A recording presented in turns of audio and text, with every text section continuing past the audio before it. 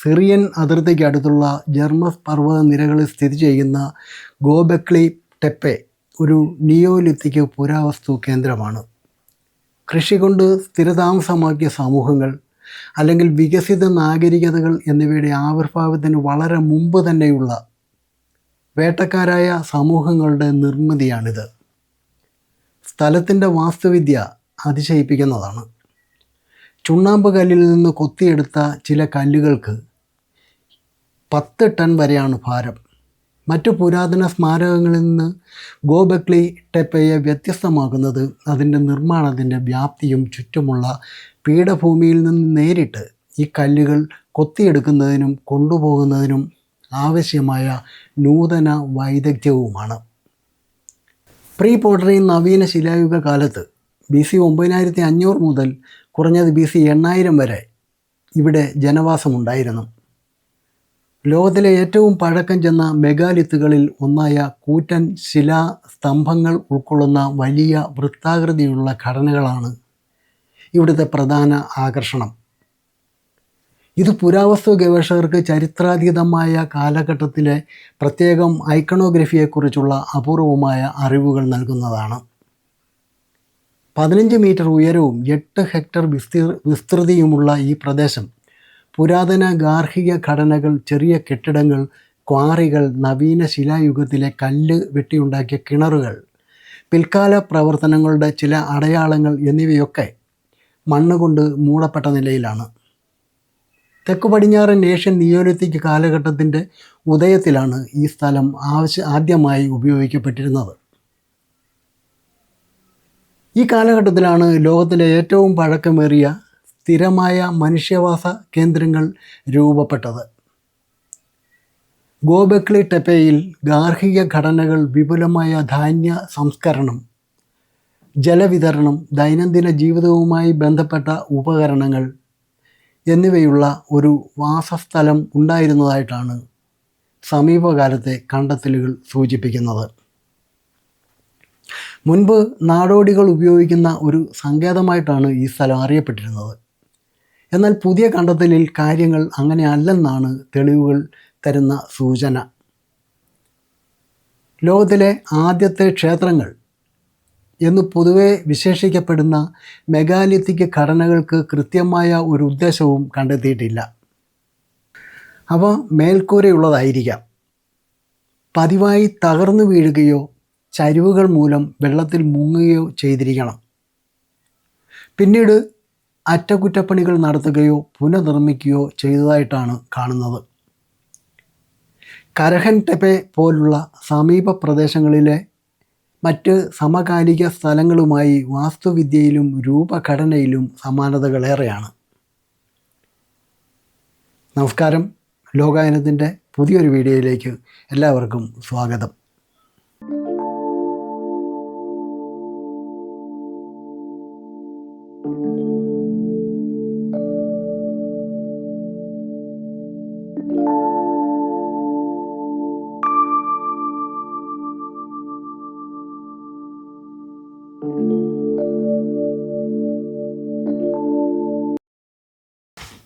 1963 ഒരു പുരാവസ്തു സർവേയിലാണ് ഈ സ്ഥലം ആദ്യമായി ശ്രദ്ധിക്കപ്പെട്ടത്. 1994 ജർമ്മൻ പുരാവസ്തു ഗവേഷകനായ ക്ലോസ് ഷിംറ്റ് ഇതിൻ്റെ പ്രാധാന്യം തിരിച്ചറിഞ്ഞു. അടുത്ത വർഷം അവിടെ ഖനനം ആരംഭിച്ചു. 2014 അദ്ദേഹം മരിച്ചതിന് ശേഷം തുർക്കിയുടെ ചരിത്രാതീത കാലത്തെപ്പറ്റി പഠിക്കുന്ന നെഗ്മി കരുളിൻ്റെ നിർദ്ദേശപ്രകാരം ഇസ്താംബുൾ സർവകലാശാല, സാൻഡി യുർഫ മ്യൂസിയം, ജർമ്മൻ പുരാവസ്തു ഇൻസ്റ്റിറ്റ്യൂട്ട് എന്നിവയുടെ സംയുക്ത പദ്ധതിയായി പ്രവർത്തനങ്ങൾ പുനരാരംഭിച്ചു. 2018 ഗോബെക്ലി ടെപ്പയെ യുനെസ്കോയുടെ ലോക പൈതൃക സ്ഥലമായി പ്രഖ്യാപിച്ചു. അതിൻ്റെ മികച്ച സാർവത്രിക മൂല്യം മനുഷ്യനിർമ്മിത സ്മാരക വാസ്തുവിദ്യയുടെ ആദ്യ പ്രകടനങ്ങളിലൊന്നായി അംഗീകരിക്കപ്പെട്ടു. 2021 വരെ സെനറ്റിൻ്റെ ഏകദേശം 10% മാത്രമാണ് ഖനനം ചെയ്തത്. ഈ കുന്നിൻ പ്രദേശത്ത് കുറഞ്ഞത് ഇത്തരത്തിലുള്ള 20 വലിയ അവശിഷ്ടങ്ങൾ ഉണ്ടെന്നാണ് കാണിക്കുന്നത്. തെക്കു പടിഞ്ഞാറൻ ഏഷ്യൻ നിയോലിത്തിക്കിൻ്റെ ആദ്യ കാലഘട്ടത്തിലാണ് ഗോബെക്ലി ടെപ്പെ നിർമ്മിക്കപ്പെടുന്നത്. ഇത് പ്രീ പോട്ടറി നിയോലിത്തിക് എന്നാണ് അറിയപ്പെടുന്നത്. അവസാന ഹിമയുഗത്തിൻ്റെ ഒടുക്കത്തിൽ ആരംഭിച്ച PPN ഗ്രാമജീവിതത്തിൻ്റെ തുടക്കത്തിൻ്റെ അടയാളങ്ങൾ കാണിക്കുന്നു. ലോകത്തിലെ സ്ഥിരമായ മനുഷ്യവാസ കേന്ദ്രങ്ങൾക്കുള്ള ആദ്യകാല തെളിവുകളാണ് ഗോബെക്ലി നൽകുന്നത്. പുരാവസ്തു ഗവേഷകർ ഈ വാസസ്ഥലങ്ങളുടെ ആവിർഭാവത്തെ നിയോലിത്തിക് കാലഘട്ടത്തിലെ വിപ്ലവകരമായ പുരോഗതിയായിട്ടാണ് കാണുന്നത്. വേട്ടയാടലിൽ നിന്നും കൃഷിയിലേക്കുള്ള മാറ്റം ആ കാലഘട്ടത്തിലെ വിപ്ലവം തന്നെയായിരുന്നു. വളരെ കാലമായിട്ടുള്ള ക്രമാനുഗതമായ പരിവർത്തനം. എന്നാൽ കൃഷി തുടങ്ങിയത് ആളുകളെ സ്ഥിരതാമസമാക്കാൻ കാരണമായോ അതോ സ്ഥിരതാമസമായതാണോ ആളുകളെ കൃഷി സ്വീകരിക്കാൻ കാരണമാക്കിയത് എന്ന കാര്യം ഇപ്പോഴും വ്യക്തമല്ല. കൃഷിയുടെ വ്യക്തമായ തെളിവുകളില്ലാത്ത പാറക്കെട്ടുകളുള്ള ഒരു പർവ്വത ശിഖരത്തിൽ നിർമ്മിച്ച ഒരു സ്മാരക സമുച്ചയമായ ഗോബെക്ലി ടെപ്പെ ഇത്തരം ചർച്ചകളിൽ ഒരു പ്രധാന പങ്ക് വഹിച്ചിട്ടുണ്ട്. നവീന ശിലായുഗത്തിന് 10,000 വർഷങ്ങൾക്ക് മുമ്പ് തന്നെ ഗ്രാമീണ ജീവിതത്തിൻ്റെ ലക്ഷണങ്ങൾ പ്രത്യക്ഷപ്പെട്ടു തുടങ്ങി. കൃഷിയിലേക്കുള്ള പരിവർത്തനത്തിലേക്ക് ആയിരക്കണക്കിന് വർഷങ്ങൾ പിന്നെയും എടുത്തു.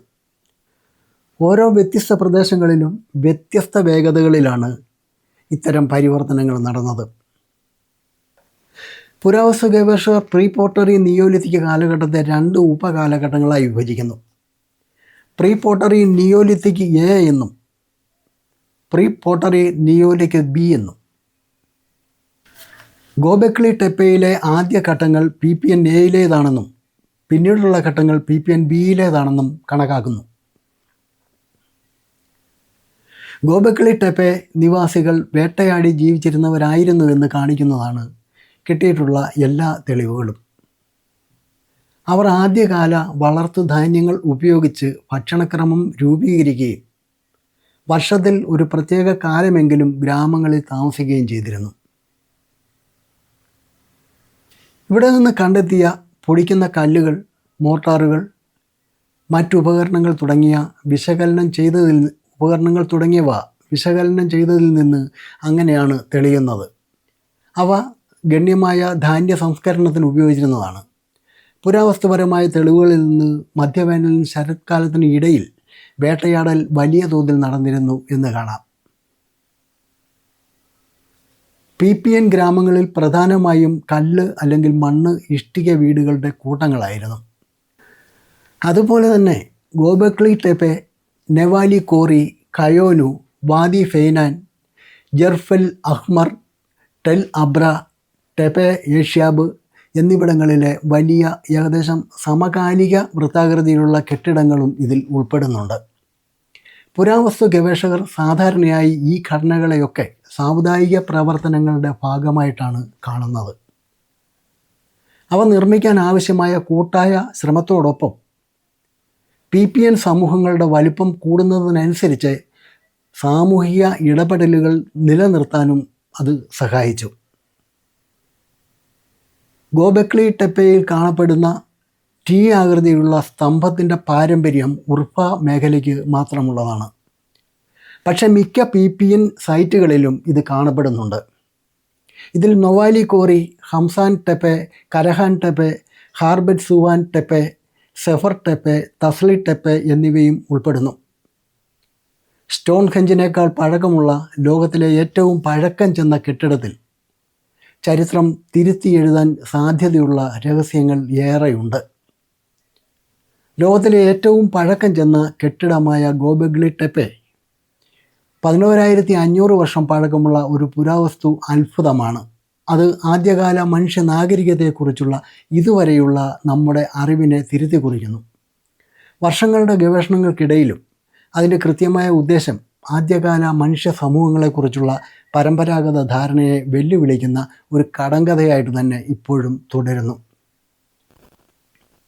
6600 വർഷത്തിലധികം പഴക്കമുള്ള ഐതിഹാസിക സ്റ്റോൺഹെഞ്ചിനെ പോലും മറികടന്ന് ഗോബെക്ലി ടെപ്പെ പുരാവസ്തു ഗവേഷകരെയും ചരിത്രകാരന്മാരെയും നാഗരികതയുടെ ഉത്ഭവത്തെക്കുറിച്ച് തങ്ങൾക്ക് അറിയാമെന്ന് കരുതിയതെല്ലാം പുനർവിചിന്തനം ചെയ്യാൻ നിർബന്ധിതരാക്കുന്നു.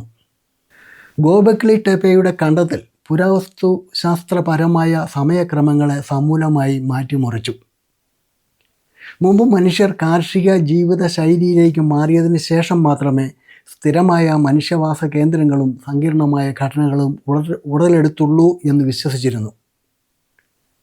എന്നാൽ ഗോബെക്ലി ടെപ്പെ ഈ ആശയത്തെ പാടെ നിഷേധിക്കുകയാണ്. ഇത് സൂചിപ്പിക്കുന്നത് സ്ഥിരമായ വാസസ്ഥലങ്ങളിൽ താമസമാക്കുകയോ കൃഷി വികസിപ്പിക്കുകയോ ചെയ്യാത്ത ആളുകളാണ് സങ്കീർണമായ സാമൂഹികവും ആചാരപരവുമായ ഘടനകൾ നിർമ്മിച്ചത് എന്നാണ്. ആദ്യകാല മനുഷ്യ നാഗരികത സ്ഥിരതാമസമാക്കിയ ജീവിതത്തെ കർശനമായി ആശ്രയിച്ചിരിക്കുന്നു എന്ന പരമ്പരാഗത വിശ്വാസത്തെയും ഇത് നിരാകരിക്കുന്നു. ഗോബെക്ലി ടെപ്പയുടെ നിർമ്മാണം സ്മാരക ഘടനകൾ നിർമ്മിക്കാനുള്ള വിഭവങ്ങളും അറിവും സ്ഥിരതാമസമാക്കിയ സമൂഹങ്ങൾക്ക് മാത്രമേ ഉണ്ടായിരുന്നുള്ളൂ എന്ന അനുമാനത്തിന് വിരുദ്ധമായി അവരിപ്പോഴും വേട്ടയാടുന്നവരായിരുന്നു എന്നതിനാണ് കൂടുതൽ തെളിവുകളും കിട്ടിയിട്ടുള്ളത്. ഈ വസ്തുത ആദ്യകാല സമൂഹങ്ങളുടെ സാമൂഹിക ഘടനയെക്കുറിച്ച് കൗതുകകരമായ ചോദ്യങ്ങൾ ഉയർത്തുന്നതിനാൽ ഈ സ്ഥലം യുനെസ്കോയുടെ ലോക പൈതൃക പട്ടികയിലാണ്. ഭാവി ഗവേഷണത്തിനായി ഇത് ശ്രദ്ധാപൂർവം സംരക്ഷിക്കപ്പെടുന്നുണ്ടെന്ന് അവർ ഉറപ്പാക്കുകയും ചെയ്യുന്നു.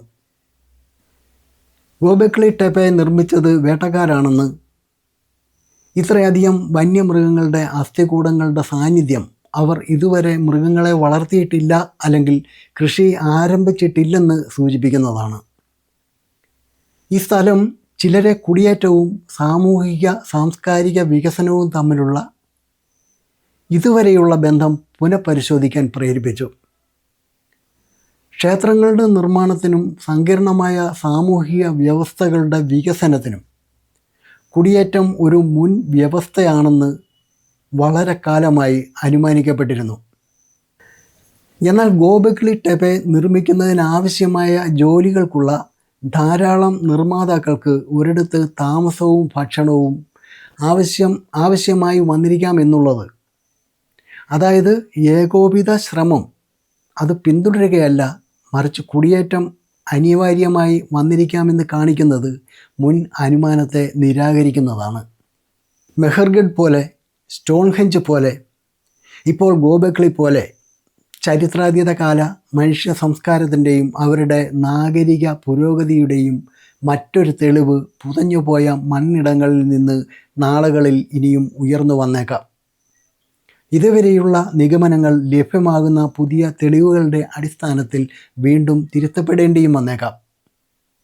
നമുക്ക് കാത്തിരിക്കാം മാനവ ചരിത്രത്തിൻ്റെ പുരോഗതിയുടെ പുതിയ അറിവുകൾക്കായി. മറ്റൊരു വിഷയവുമായി വീണ്ടും കാണാം.